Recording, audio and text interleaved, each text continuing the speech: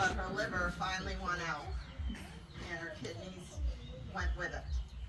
Last fall, she started not feeling so well and couldn't do her usual things that she really loved, like cooking and baking and things like that. She wanted to do so much, but her body would not allow it. So she took to continuing making her beloved dishcloths. If you are lucky enough to have gotten a dishcloth from my mom, cherish it. She loved to give them away to anyone. And that was something she could do and handle, because she could sit in her recliner with her feet up and just go at it. I admire and love my mother very much and will always feel that way. I know that now she is in heaven with Daddy and the rest of the family and friends. She is at peace now. And thank you, Mama, for making me the woman that I am today.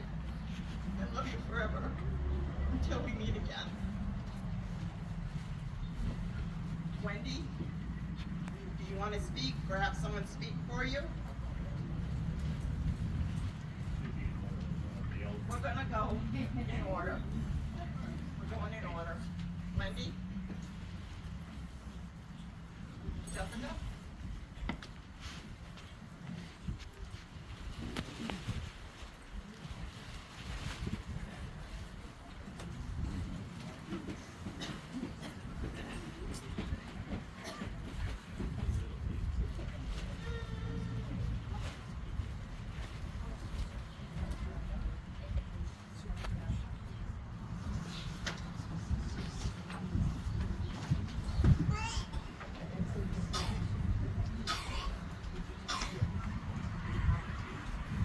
We're going to skip Wendy for now. Cindy, of course, is deceased, so if Cindy was alive, she would certainly say something. But Matt leaves Mark next. Thank you, everyone, for coming.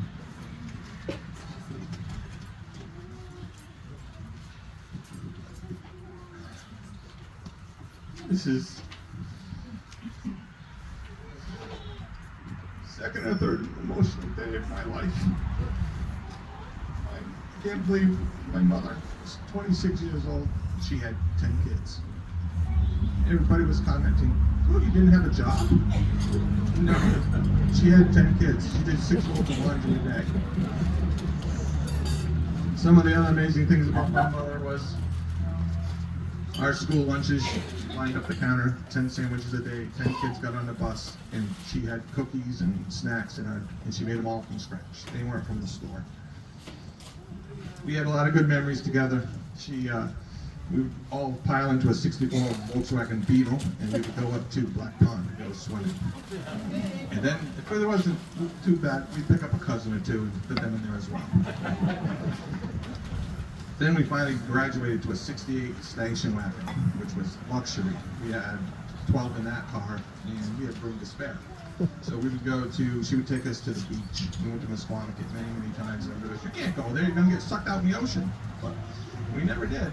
And we always had a good time, and she packed everything. We brought all our lunches with us and had lunch on the beach, and we had a great time. It was a good childhood.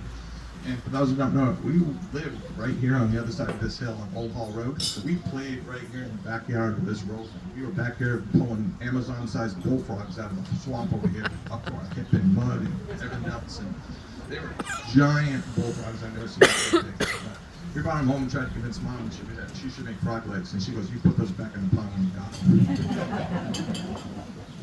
But another thing about my mom is she never drank alcohol. And she always had a good time without having to drink, and not that you have to drink to have a good time.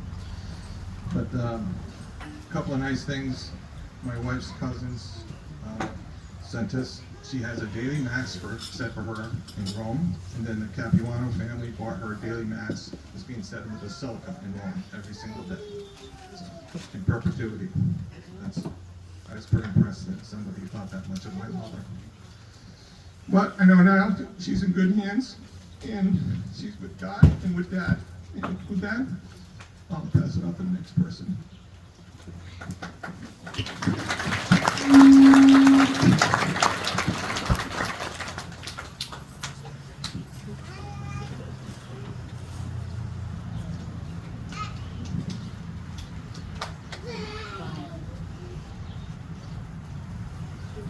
I'm not going to be able to say everything Mark said. Yeah. Real good. All I can say is, you have the best mom anybody could ask for. She was there for us. Anything that we needed. And of course, never forget her. Be with us until the day we die. And yeah.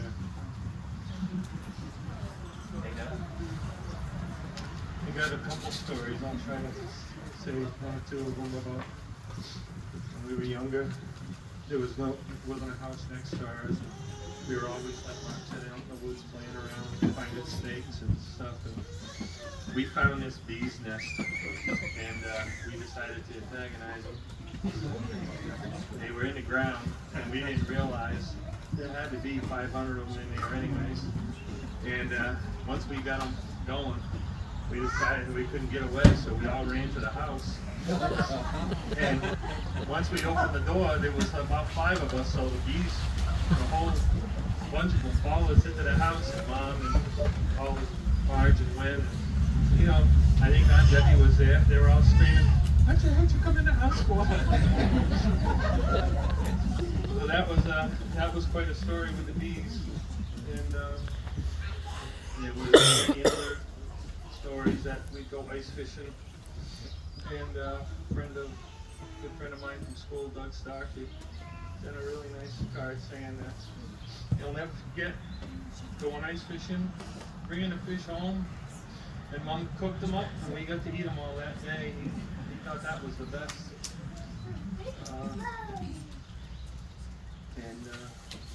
The time of grocery shopping was unbelievable.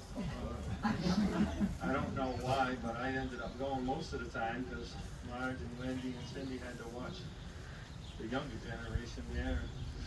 So I ended up going a lot, and those ladies up at Park and Shop, boy, they loved us. There'd be 2 carriages full, and the last thing to go on always, because Mom never wanted to squish the bread, there'd be 12 loaves of bread every week. And those ladies, oh my God, did you get them all? Yep. And yeah, the baker would come, and of course, we were able to get the 1-cent fireballs, and they would go. And yeah, we had our own dispenser with the big 20-quart cans, and so that was an ongoing thing all the time too. Yeah. And other than that, I just want to tell everybody that our mom couldn't say enough about her. And that's it for me. Thank you for coming.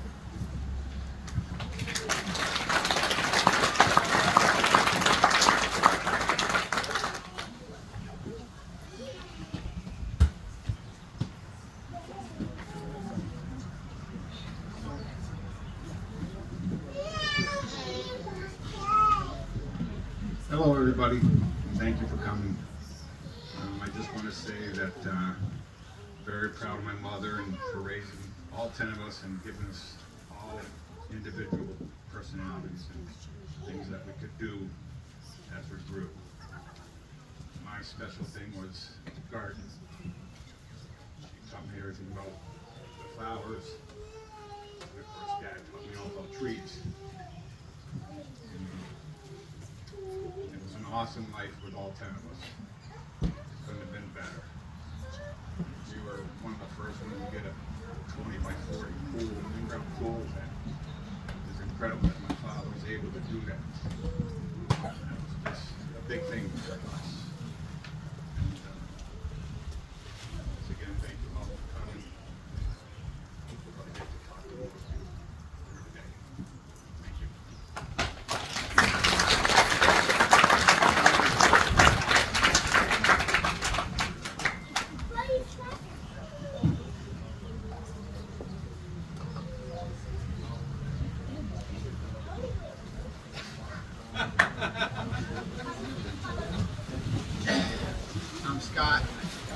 number 7.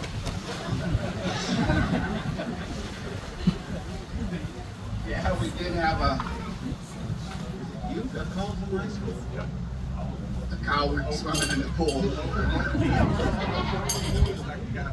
Mom's coming to the front door to pick you up. The cow's in the pool. Like, what? I never forget the pool we had before we had the 20. Oh, yeah. Dad poured a concrete pool about 2 feet tall. It was probably 15 by 20. And it had a little drain on the end. That's how you cleaned it. We had that for quite a few years when we were little. And yeah, all of us boys had to stay outside, and the girls could stay in the house. We would go out. You know, I'm 63 years old now, and I don't know how Dad had work for 6 boys outside every weekend on 3 acres of land. Get out and go do something. So, Mom will be definitely missed. She was what held us all together. For 10 kids, she did one hell of a job. So, I would just like to say God bless Mom, and thank you all for coming.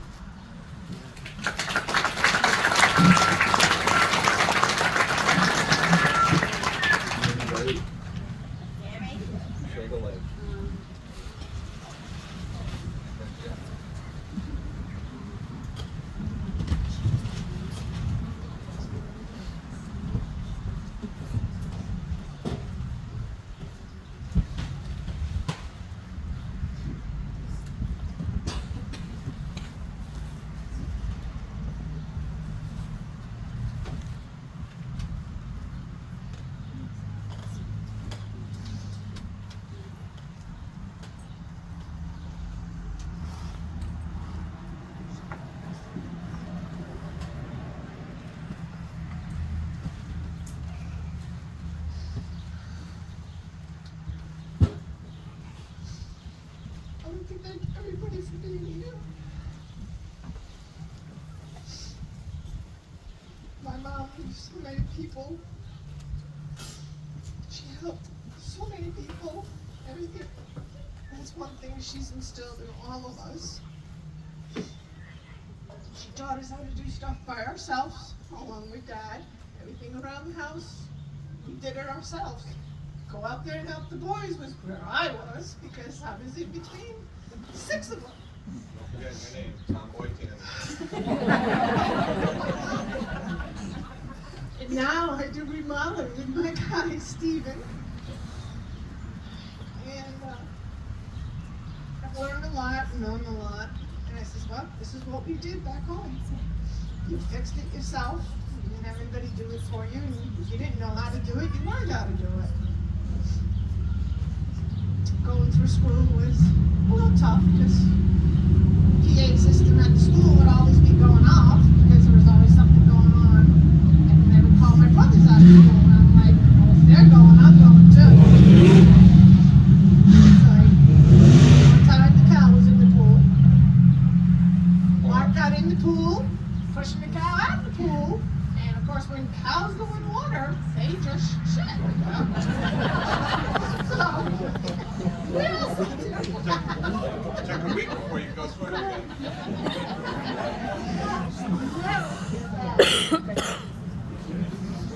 Or get calls because the pigs were out. Yep. Hank Medlin would live right next to us, the state cop, so sometimes he was pretty good to boys getting them out of trouble and stuff, but he had to, draw a line at some point. But yeah, the pigs are walking down the road, floor broad, and they're not small, they're big. And it's like, yep, and then you hear it over the PA, to show the boys out front, your mother's picking you up, your pigs are loose, and I'm like, I'm going too. I'm staying there. And then of course, the meals that Mom would make, not only for all of us, but sometimes for our friends to come over, and everybody wanted to come to our house. Don't forget. And then that Prince Spaghetti Day was Wednesday, and Mr. Junko, Yeah. who always covered up for the Yeah. boys, He invited himself for dinners at mom's. So he would be always coming over, so that was kind of like, what do you call it, like, in between you guys getting into so much trouble and then him being so well fed. Yes. Yeah. So it kind of went hand in hand. So we all got to know Mr. Duco very well, and unfortunately I don't think he's with us any longer. And the same thing for Saturday night, homemade baked beans. Everybody was like, oh my God, you want to know? She makes baked beans, like, unbelievable. And she would just make, I don't know if they even have them anymore. Oh, we live in Florida now, Steve and I, and you can't get them down there. So when we come up here, last time I came up here, I took 4 cases of frozen hot dogs home with me. Because we don't have them, and we were born and raised up on those. So it's, it's one of those things, there's nothing that can replace it. All the home cooking, all the outings that we used to do. I remember going in the Volkswagen, 3 in the back seat, 3 on top of them, Peter, Gary, and me in the far back little cubby. And then whoever got to sit in the front, and we would always go off the buggy ride. And then to the beach afterwards when we got the bigger vehicle. But a lot of trips. And a lot of trips in the station wagon, I remember in the back, and I'd be like, oh my God, sitting backwards was not fun. We'd always go up to Taunton to see my aunt and uncle a lot, and Dad, with his mouth, my mother would say, the children are in the car. And he said, well, they don't get in the goddamn way. Being a truck driver, you had to deal with a lot of stuff, and Dad was always on the road. I remember a lot of times being on the CD, and if you weren't out of that bed by the time he got the wagers up in Dudley, you were in trouble. And it'd be like, wait till your father gets home. And Dad would take care of it, no matter if you were sleeping, he would take care of it at night when he came home. Come in and talk to you or whatever. It's like, yep, you learned. But I just think, having such a big family, it was a lot of fun. We did so many things, even though we didn't have a lot of money, and Dad would have all his truck driver friends come and line up in the field, and we'd have big breakfasts and dinners and everything outside on the chimney that Dad put together and made, and big griddle, and it was always something going on. And it was like, oh, the Sheldon family. And I think a lot of people knew the Sheldon family one way or another. We have a lot of good memories with our parents. I mean, they did what they could, and might not have done everything that other people have done, but we're all together doing it together. And I think that is very important. And that people should be that way, no matter what. Is be together, share your memories together, be happy, and just enjoy your life. Because it's gone before you know it. My mom was sick before I left.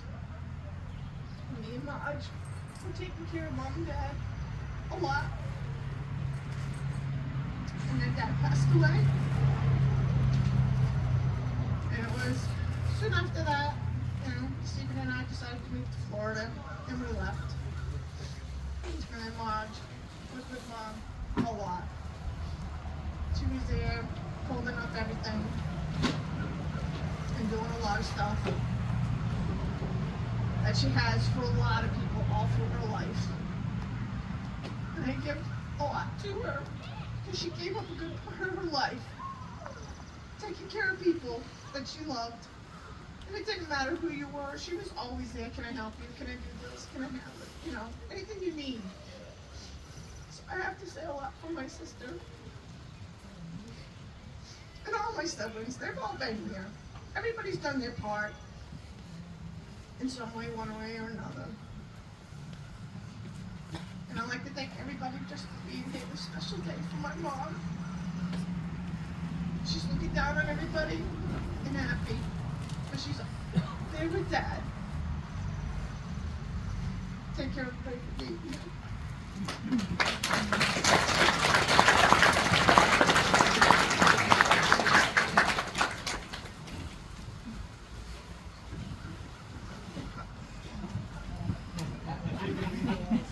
one shot at that. That was a long time ago.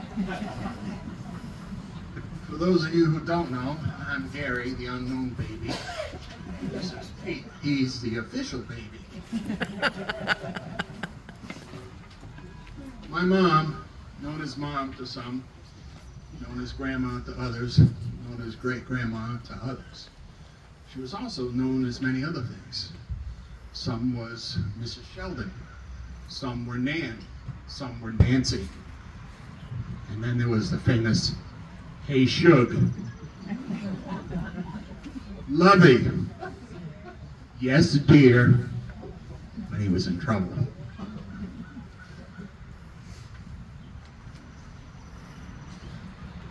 Anyhow, I didn't write a speech, so I'm going to shoot from the heart and do the best I can. This is a tough act to follow. There was many things that we experienced growing up, but most importantly was our structured lifestyle, which I think you've heard about so far through my brothers and sisters. So, yeah, Wednesday was Prince Spaghetti Day. Fridays, as a general rule, was fish night.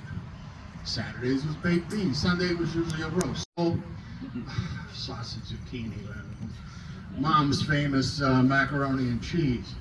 I'm certain anybody here who's known my mother has had a chance to experience some of her many, many recipes, which was highly sought after. People love to come to Mom's for dinner because they know they were going to get something special. She could make anything without a recipe book. I'd be like, how the hell is that possible? She knew it. She just knew it. Very, very simple. And she could make anything taste amazing. So there was no such thing as leftovers. She would take all the leftovers, throw them in a bucket, whip it up, and call it quiche. And you'd eat it and be like, holy mackerel, this tastes great. What is it? Same thing, you know, wintertime. Once again, we were talking about gardening. Well, what do you do at the end of the season when you have all these leftover vegetables? Pretty simple. It's called vegetable medley. She threw everything in a bag and froze it. Come wintertime, defrost it, whip it up, add a few spices to it, and then she could add anything. Italian sausage, hamburger, chicken, whatever. Throw that over rice, and you were in heaven. You were like, oh my God, and you'd swear it was just picked today. That's how we grew up. Canning was my mother's, you know, one of her many, many knacks. She was so talented. Nobody talked about her abilities to sew. I mean, making the dresses for my sister's proms. You could see the girls all lined up with gorgeous velvet gowns with sequins and whatnot, and you'd be like, where did you get that? My mother made it. What? Oh, it was shocking. And it wasn't just that. It was, how many people remember having patches on your blue jeans? Well, let me tell you something. We had patches on our patches, but they were the most comfortable pants you ever wore because they'd been washed 1,000 times and cotton was so soft, and you didn't want to throw them out. Mom, can you fix this? Yep. Comes another patch, and you can look back in the photos and you'll see those patched up pants that we enjoyed so much. Growing up in our neighborhood, and we had cousins nearby, nobody talked about the demolition derbies in the field between our house and Grandpa's. Kim and Ronnie and the Youngs actually would come up from the orchard sneaking. We had roads through the woods. Went to Grandma and Gramps from our house, came from the orchard to our house. So we hung out with the Young family. I can remember. So imagine this. A family of 10 goes to the Young family with a family of 8 for dinner. You're like, what? Was that even possible? 18 kids and 4 adults. Whew. I'm like, did I actually live through this? Yep. God. Yeah, we talk about the pigs getting loose. Yep. We had a jumping pig. We have videos of that. I mean, you know, who knew that a pig can actually jump more than 8 feet? We have that on video. It's not a story, it's actually real.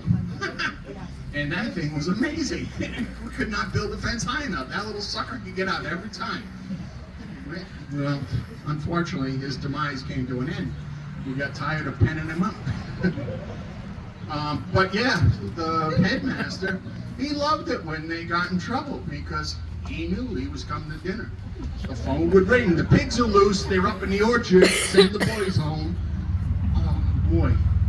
But we learned how to harvest our own pigs. We harvested our own cows. We harvested our own chickens. We raised our own eggs. My parents didn't have to go to the grocery store other than herbs, spices, salt, pepper, sugar. Other than that, we had all our own vegetables. And guess what? We had extras. So much so, we had to run a garden stand down by my grandfather's at the pond. We would sell the extra vegetables. Imagine that. Guess what? There was a reward involved. You got to get a Mr. Softy at 2 o'clock if you worked all day at the vegetable stand. So there was an incentive. Silly things like soda was a big treat. My parents, though, you'd get off the bus every day. Mom would have, we didn't really have sugary treats. So like I said, soda was considered special. Once in a while, your birthday, you'd have soda and ice cream. Anyhow, so you get off the bus, you come in the house, guess what? School clothes go off, work clothes go on, but my mom made these things called dream bars.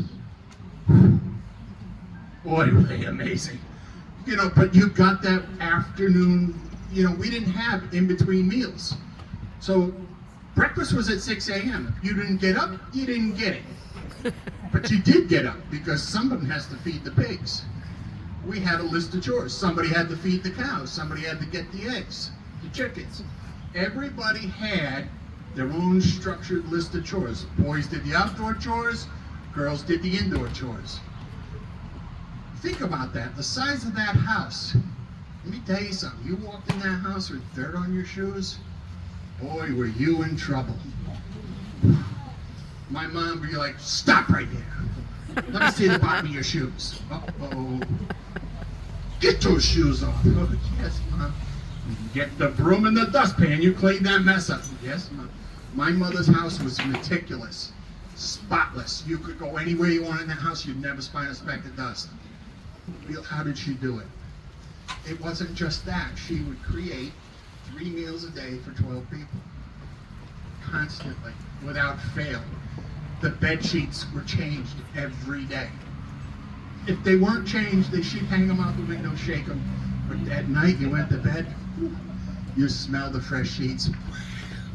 Oh, you were in La La Land. It was all over. Unbelievable. Just amazing when you start to think, how did she do all of this? Plus the sewing, the organization. They threw parties. We had campers every summer come to the house and camp out in the field. The Italians against the French. How many people remember the tug of war?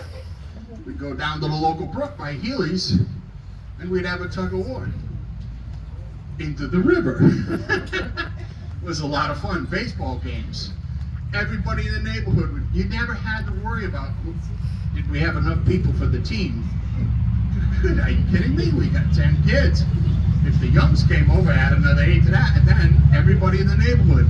So we had football. We had goalposts out in the field. We had soccer. We had baseball. That was if we had free time, because you were not allowed to play unless your chores were done. And each and every one of us was signed individual chores, so you weren't sitting there going, well, he didn't do his part. If you were finished, you were free to go. So, morals and values. My mother was, as my sister had said, the patriarch. My father might have thought he was the ruler of the kingdom, but let me tell you something. Mom was the ruler. Dad was the weekend warrior. You know, and when you came home on the weekend, we all learned from my father. We learned how to roof. We learned how to putty windows, painting. Most of Woodstock Hill was taken care of by our chores. That's what we did, shingling Jacques McClellan's house. I don't know how old I was, but climbing that 40-foot ladder with a bundle of shingles, because the bigger boys were on the roof, but us littler ones, we had to bring the shingles up to them. Whew. How we never fall off, I don't know. Where was OSHA? Anyhow, without me getting too carried away here, I think I should probably let the baby talk for a while. I see him over here chomping at the bit. I want to thank you all for coming. I know you're here because you knew my mom, and she clearly, obviously, touched your life in one way or another. So thank you so much. I hope you enjoyed that as much as we did.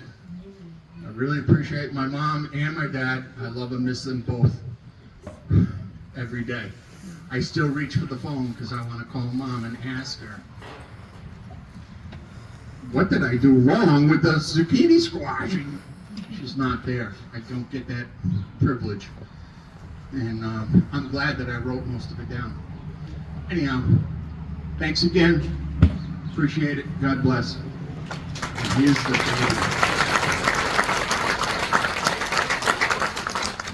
There goes the one that used to get me in all the trouble. But he told Mom it was me. I did. And it was.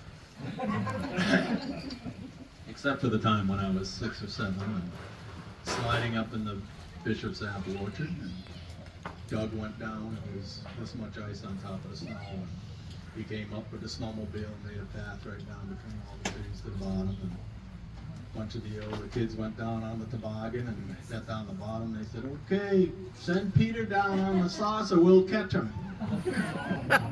Well, back then the saucer was aluminum, they weren't plastic. Got about halfway down, got going 40, 45 miles an hour, and the thing started doing a wishy-wash, and all of a sudden, I'm not on the track no more. And then, next thing I know, it started spinning.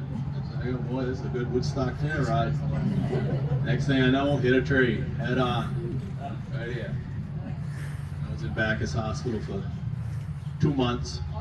My mother used to come down with the kids and visit me. I don't remember any of the kids coming down, but they gave me a room that looked over Route 2 in Norwich, and I saw my father come in every day on his way home to go home from work, and he'd come by with the truck and come and see me.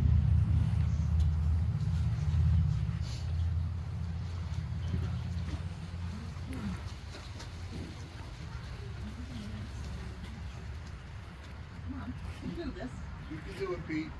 You got it, baby.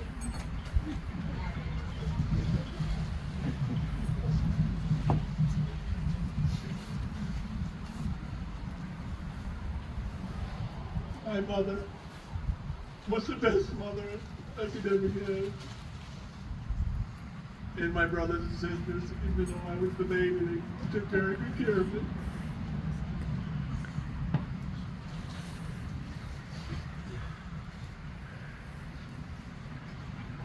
But they didn't let me off. I had to do my work and all that stuff.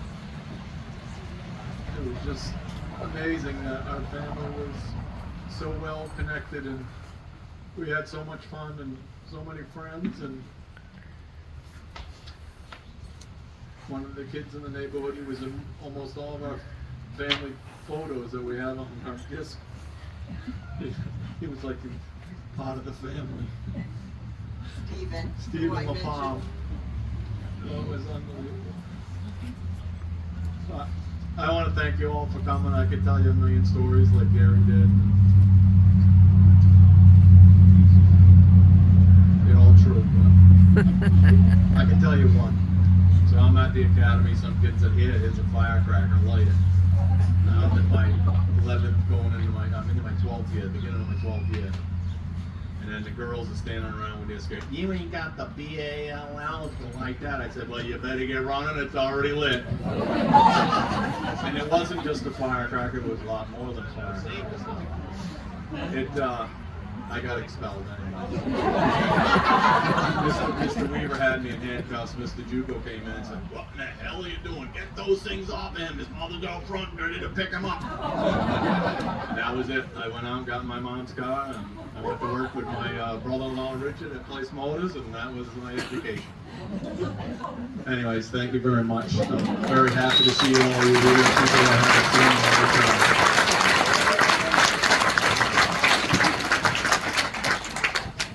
Now Jimmy Booth and Mrs. Lamb are gonna sing for us. Oh, mic's on. Check up, check all together.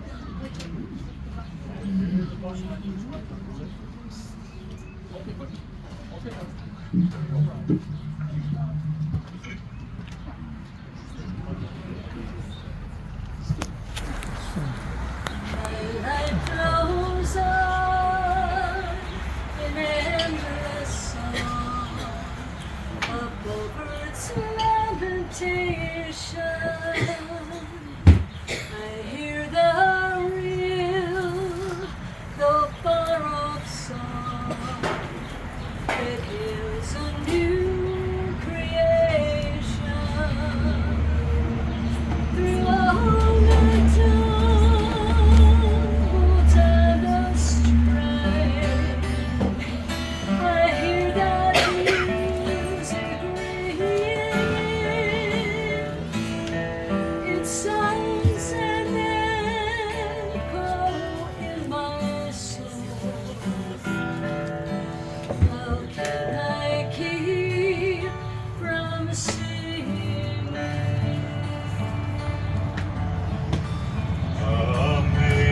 Amazing grace, how sweet the sound that saved a wretch like me. I once was lost, but now am found. Was blind, but now I see. Was grace that taught my heart to fear, and grace my fears relieved. How precious did that grace appear the hour I first believed.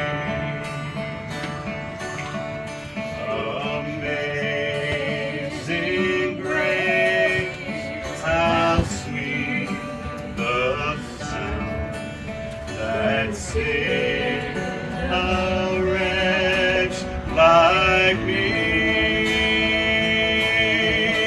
I once was lost, but now am found. Was blind, but now I see.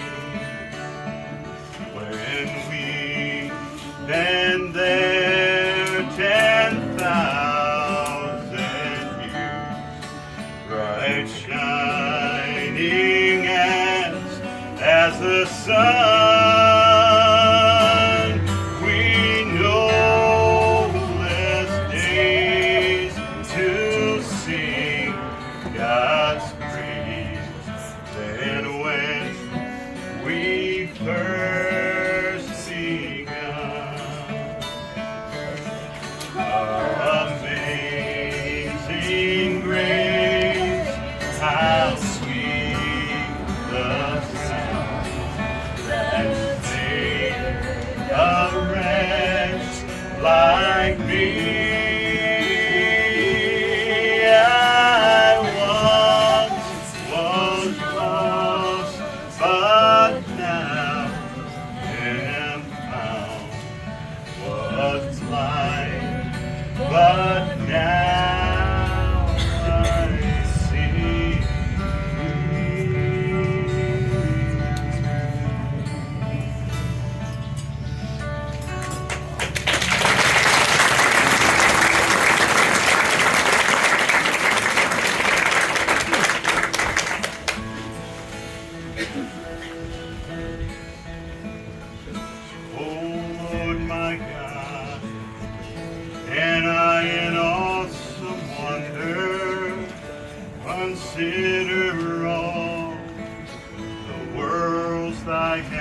have made.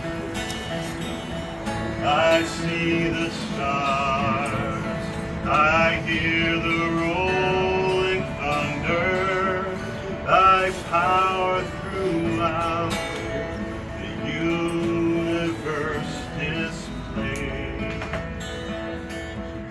Then sings my soul, my Savior God, to thee.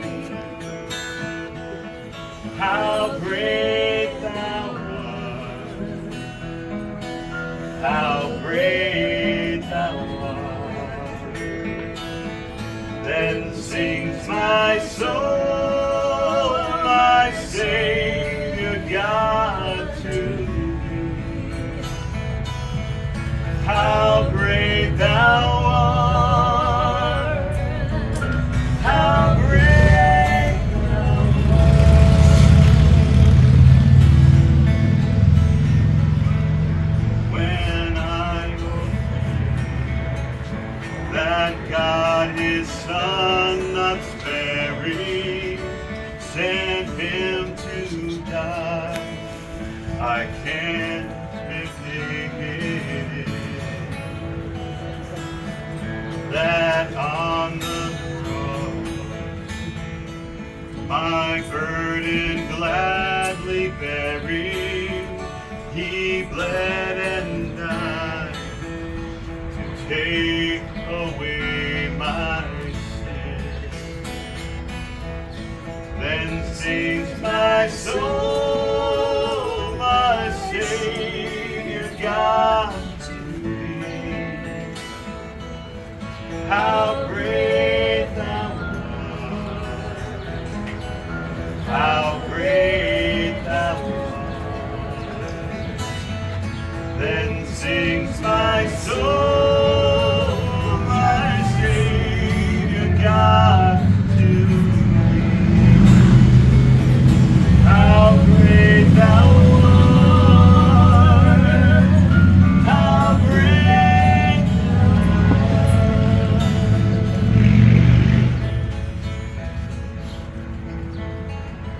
When Christ shall come with shouts of acclamation and take me home, with joy shall fill my heart. Then I shall bow in humble adoration and there proclaim, my God, how great thou art. Then sings my soul, my Savior God, to thee. How great thou art, how great thou art. Then sings my soul, my Savior God, to thee. How great thou art, how great thou art, how great thou art, how great thou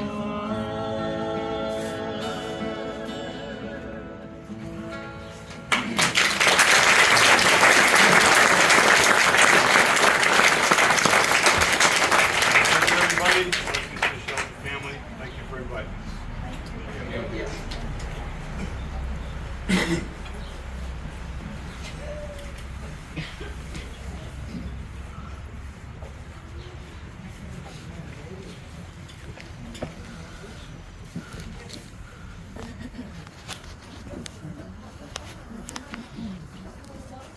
Can't see. Okay. Yeah, I know, but I couldn't see where the button was. Too many T's.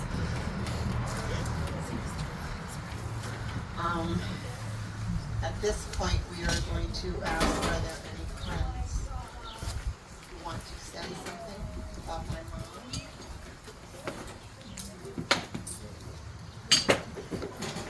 down, Susie. This is my sister-in-law, Susan Sheldon.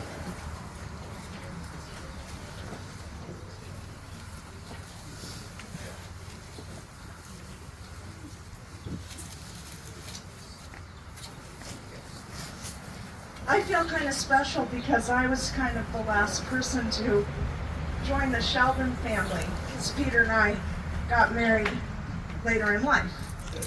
So it was such an honor to meet Waylon and Nancy and to experience all that they had to offer. And she was just such an amazing human being, and she was such a beautiful person inside and outside. She always had a smile, and her eyes lit up. They were just amazing. They were like sapphires. And she was always the most beautiful person. And she had so much beautiful energy, and she shared it with everyone. She shared it with the food she made. She shared it with her gardening skills, with her plants, with all the beautiful things she did for other people, and the beautiful way that she raised her children to be beautiful, sensitive, loving people. And I admire what she did. And it was very special for me to come and join the family when I did. And I've been around for 12 years now. And I will very much miss Nancy, because she was very, very special to me. And I hold her in such esteem and respect, because she was just such an amazing human being. We are going to miss her so much, because she brought so much to everyone's life who knew her. And so I know that Nancy knows how much we all miss her and how much we value her and respect her. And I think she would be thrilled to know that everyone came today. And we appreciate that you came to share her with us. Thank you.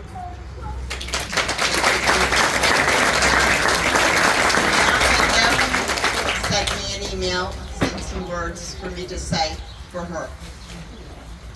In all my 81 years, there has never been a moment when she was anything but a fabulous sister. I know Brother Paul will agree with me with this statement. She, like our mom, was a great cook, a great seamstress, and a loving, caring, kind person. She was beautiful inside and out, and she created much beauty, from her needlework creations to her beautiful flowers to all her gardens. She not only graced her home with flowers, she was a member of the Arboretum Committee, Beautification Committee, and Woodstock Garden Club. She helped to create beauty all over this town, including working in the beautiful gardens here at Roseland Cottage. Her culinary creations were so very delicious. She not only fed her family, but always cooked for so many others. She also was an organizer. She planned and carried out family reunions and community events, and immersed herself in the heritage of family and the town that she so loved. But most of all was her love of family and her love for all. I know when she goes through the pearly gates, she will be greeted by the many people she cared for during her life. Mr. Crandon, Jim and Millie Milner, Mrs. Pitt, just to name a few. She also had many lifetime friends that loved her. She was one of God's most unique creations, and it is said that God rewards each one according to their deeds. She will be richly rewarded.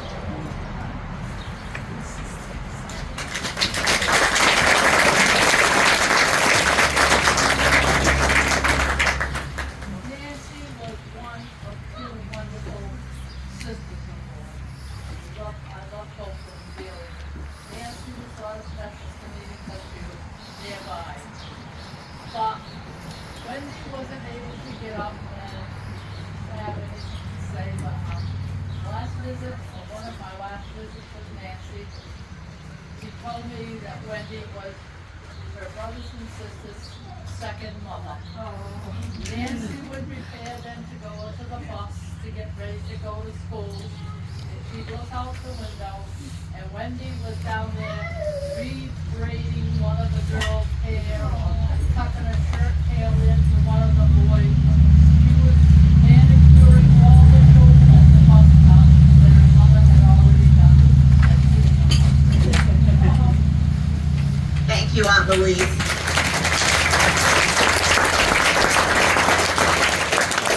Come on, baby. This is our special friend, Rick Kenny. Welcome. I'm great now that you're here. Savior to our family back when I was 17, 18 years old. Got in an accident and the kid was trying to sue my mother and father for our house. This man, Rick Kenny, saved us from all that. Yes, he's our savior in grace. So- It was my mother's. So what happened is I was working in Hartford, and the man I was working with said there was a lawsuit filed out in Woodstock. My response is, where's Woodstock? I grew up in New Jersey, and a lot of traffic, so Woodstock was a pleasant surprise when I came out here. And Peter reminded me that was 42 years ago. Peter was 18 years old. So I had no gray hair. And Peter looked a little different at the time, too.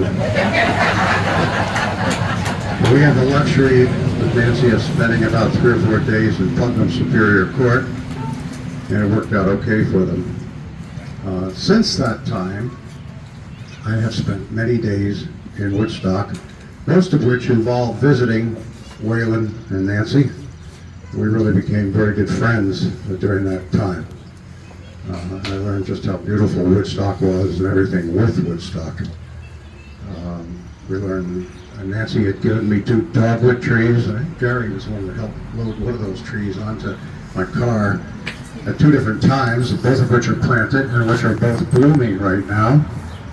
So they came out of the backyard over at their house, and it was an interesting ride from here to Rhode Island. I live in Narragansett now, with the trees hanging out of the back of the car. They were one at a time. I think they're about 12 years apart, the trees that I received. I also learned the fascination that they had with birds and the bird feeders all around the house. And one of the times that I was there, I looked out the window, and I think we were just having lunch, just a ride home to Narragansett, a little bit out of the way, but nice. And I saw this squirrel laying on the ground next to the feeder.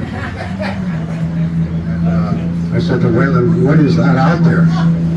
His response was, that's a squirrel, I shot him this morning. And the coyotes will take him tonight. So this was a little different than what we did before in New Jersey. But it accomplished the purpose. So they became very good friends, and Nancy was a special friend. And 5 years ago when Waylon died, I remember going to that ceremony that we had here in Woodstock. But Nancy right up to the end was always very special, and we spent a lot of time just talking, doing nothing, so that was kind of nice. But what I did is I just brought a little saying with me today that I thought would be very appropriate for her, and it's entitled Mom, and you may have heard some of this, but it's a little saying on it, all right? So just listen up and and just think of Nancy as we talk about this, all right? Your mother is always with you. She's the whisper of the leaves as you walk down the street.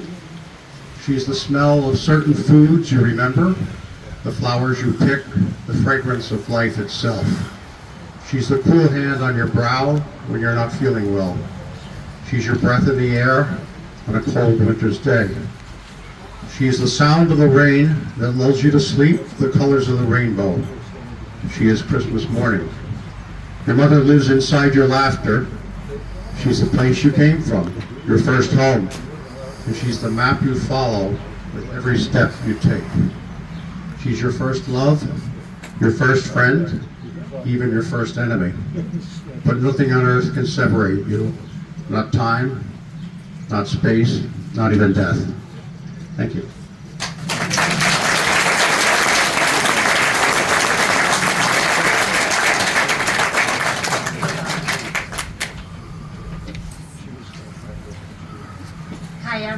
Wendy's friend, and since Wendy can't be up here, I just want to say, I know Mrs. Sheldon from the Woodstock Fair, but to bring somebody up in the way that Wendy was brought up had to be a special mother, because is there anything Wendy can't do?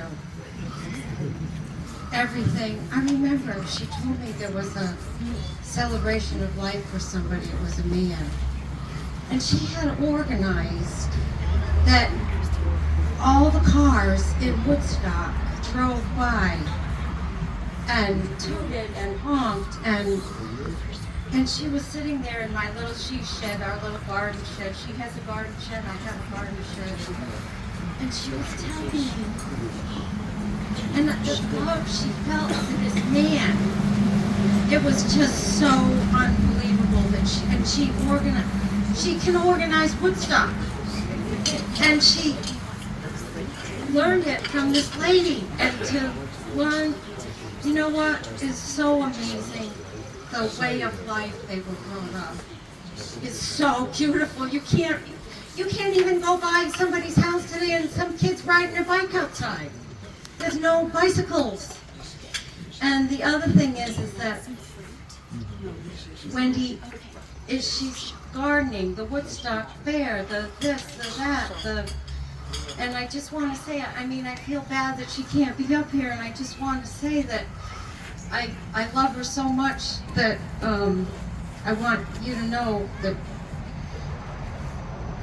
she learned it from her mother, and all that's farming, and she has it in her blood, and nobody has that anymore, and I'm just so happy. So a couple weeks ago, Herb Cordes called me and told me that this was June 15th. Well, I was getting June 15th and June 22nd mixed up. So I was out in the garden and I realized, oh my God, today's Wendy's Mother's Day. And I knew she'd kill me if I'm not here. So I jumped in the house, ironed my dress, I got my hat. I knew the hat was more important than the jewelry. So I didn't find any jewelry, I just found a hat. And up I took, and I was here early. So I just love her so much. I don't see her all the time because you know what? She's in a dairy farm and I'm in a dairy farm. So I just want her to know that I don't see her all the time, but I do think of her and respect her and the family that she came from. I mean, all those stories, really? It's just so amazing. And the other thing is, her marriage is so beautiful to watch. She just takes care. She makes breakfast for the employees on Sundays, or muffins, or something. I don't know. She's cooking and sewing and gardening and farming and mowing and you know, I feel aligned with that because you can't find that anymore, do you? I mean, it's like, I'm just so happy to have somebody that I know that has the same values that I do, and I wanted to get up here and say that.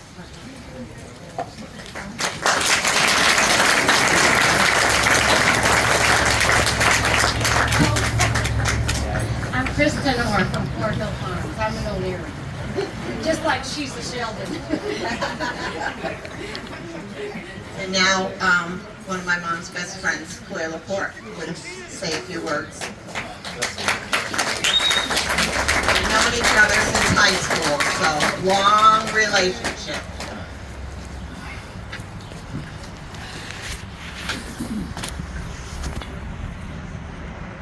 Heaven gave a special angel when we lost Nancy. Aside from Nancy's brother Paul, I think I have the distinction of having known Nancy the longest of anybody here. We met while walking to high school on the first day of school. My friends had all chosen to go to Putnam Catholic Academy. That's where Putnam Science Academy is now. And so I was walking down Providence Street by myself, being kind of nervous about what was going to happen that first day at high school. And I heard footfalls behind me. And I turned, and this girl was walking to catch up with me. And she asked me if I was going to high school. And we became friends that day.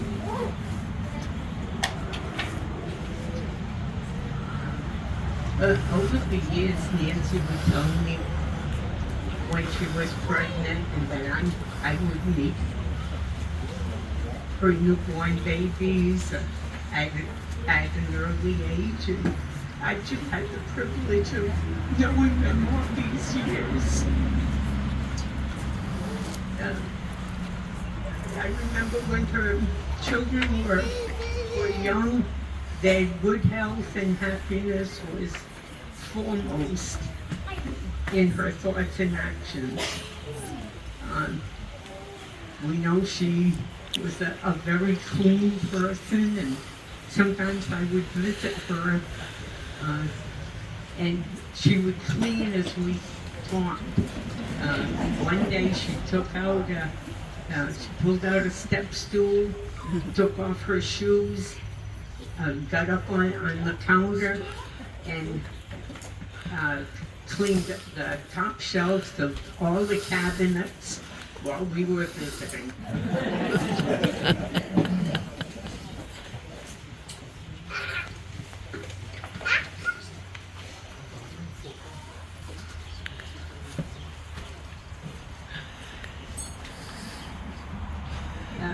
Okay, Gary wants me to tell you about when Nancy and I were in high school, freshman, sophomore year. High school was still new at the time, and the home ec rooms had never been painted. So, because we were in home ec and we had to learn how to sew and cook and paint, Nancy and I were assigned to get up on step ladders and paint the tops of the walls. Well, Nancy didn't like heights, but we both got up there and we painted the walls.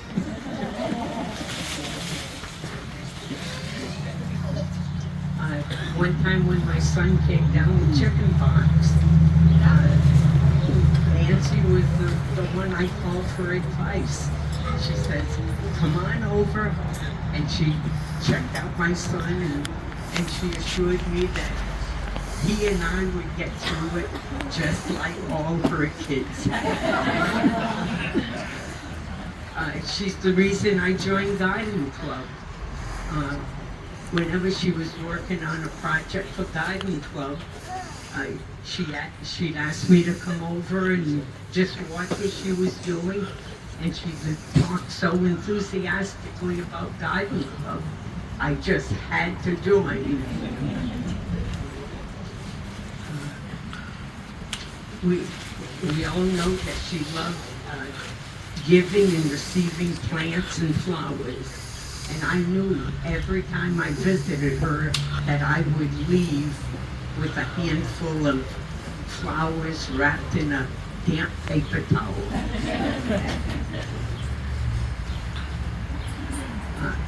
Whatever project she ever worked on in the community, she put her heart and soul into doing the job correctly and thoroughly.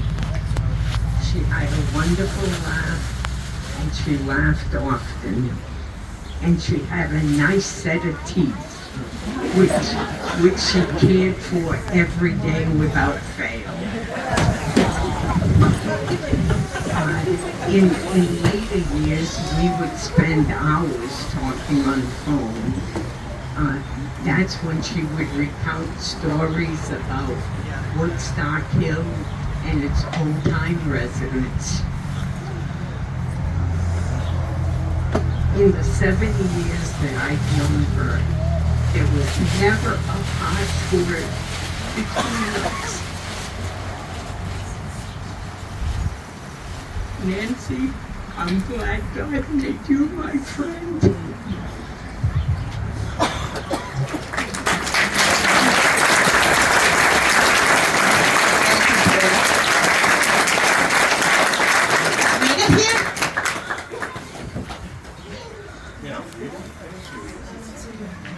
Okay. Is there anyone else who would like to say a word? Mark Jr.?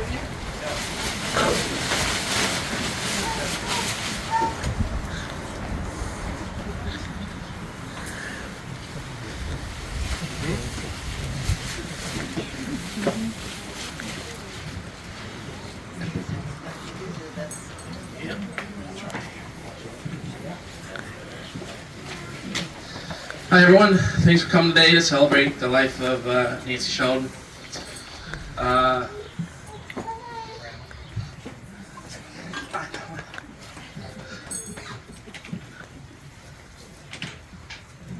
can do it, Mark. Come on. All right, buddy. You got it. Cheers, bud. Take your time.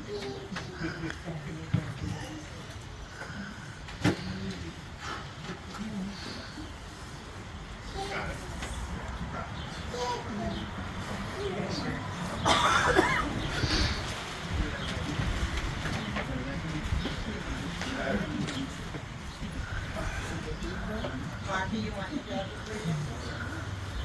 No, I'll get out. Okay. My name is Mark Sheldon Jr., and for those of you who don't know me, I was one of Nancy's many grandchildren.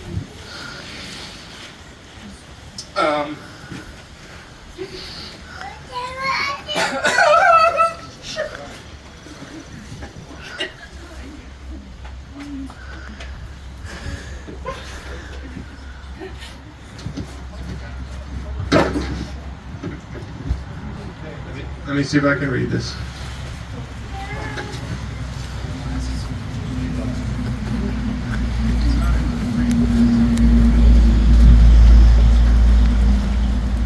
You ready?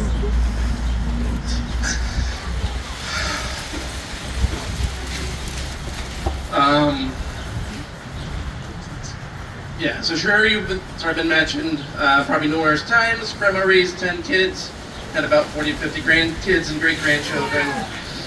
Of course, I lost track trying to keep count, but someone has the actual numbers, I'm sure. Needless to say, she had a large family and was the proverbial glue that kept the family together. She loved cooking and baking, but of course, with the number of kids and grandkids she had, she didn't really have a choice. Everyone looked forward to some of her recipes.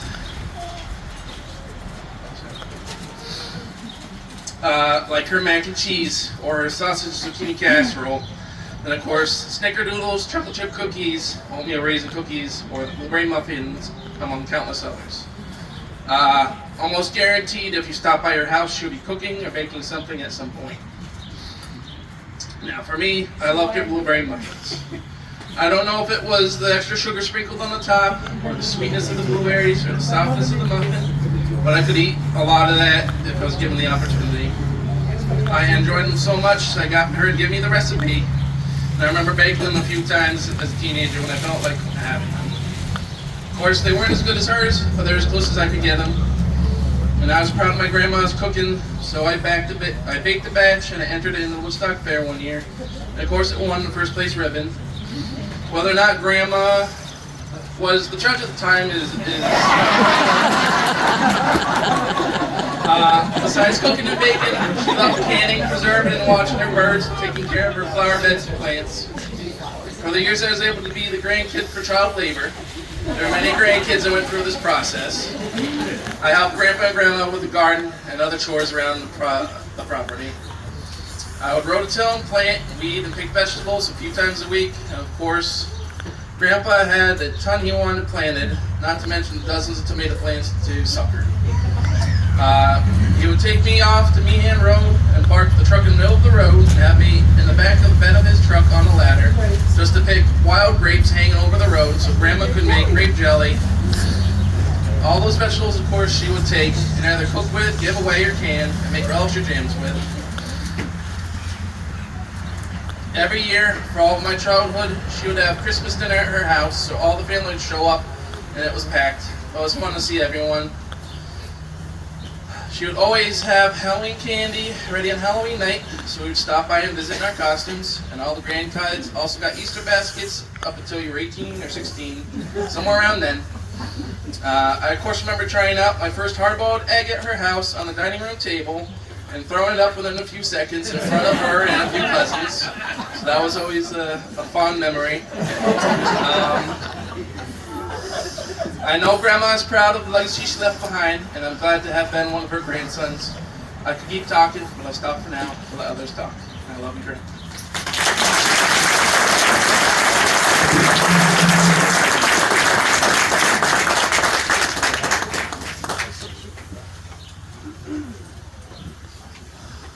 Hi, everybody.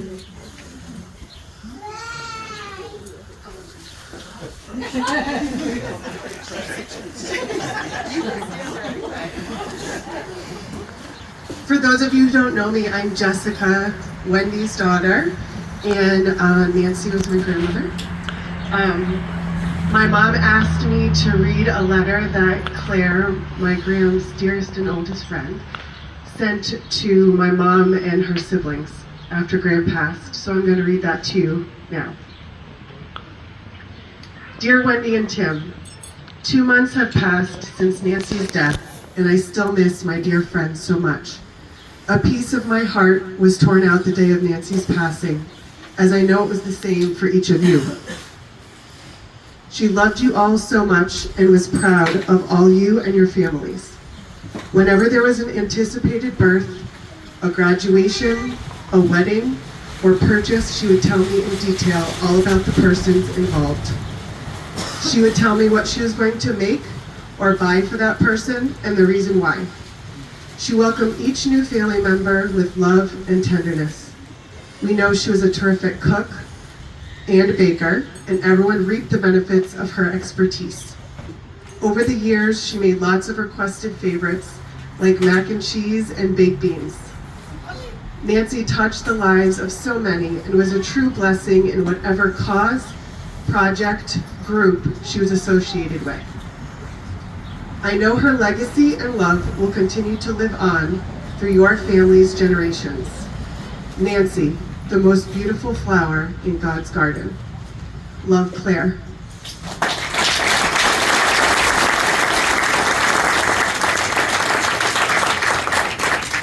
I'll be brief, but I just want to share a few memories of my own.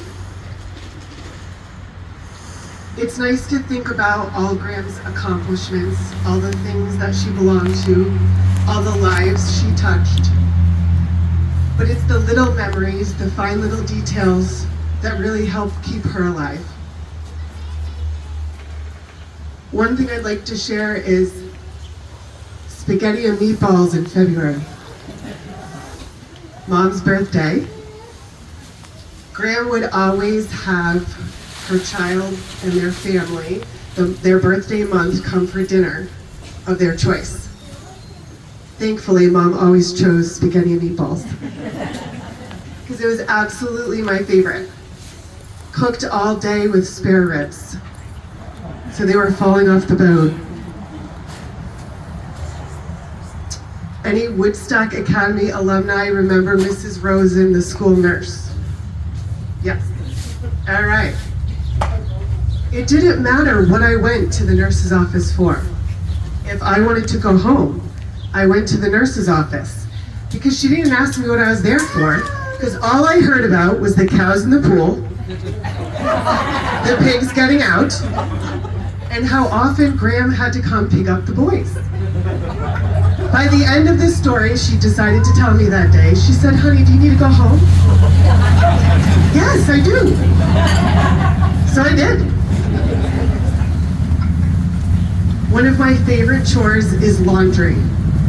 I know, weird, but I do love laundry, and all I remember when I was growing up is sitting there watching Graham iron bed sheets. Who irons their bed sheets? I don't know anyone else who does that. I don't. But But I did enjoy watching her iron bed sheets and Gramps undershirts. Did not use a dryer. Everything hung out on the line.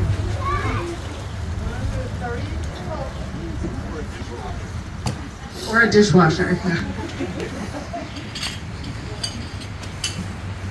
I know we all have many fond memories of Graham. And it's so wonderful when you have such a large family to always feel free to share. That's what helps keep people alive and their memories alive through generations.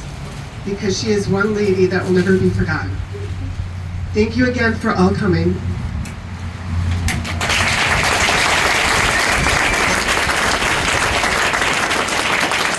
Also, I want to thank everybody who played a part in getting this together, and also people who helped set up, and people who baked, and also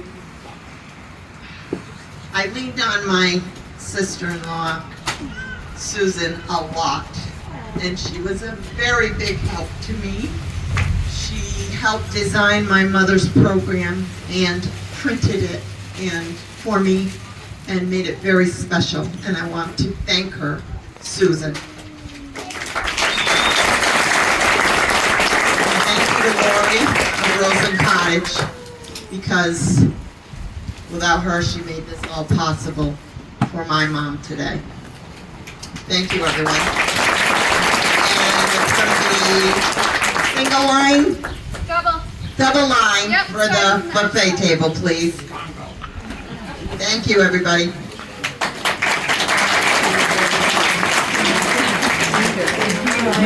Yeah.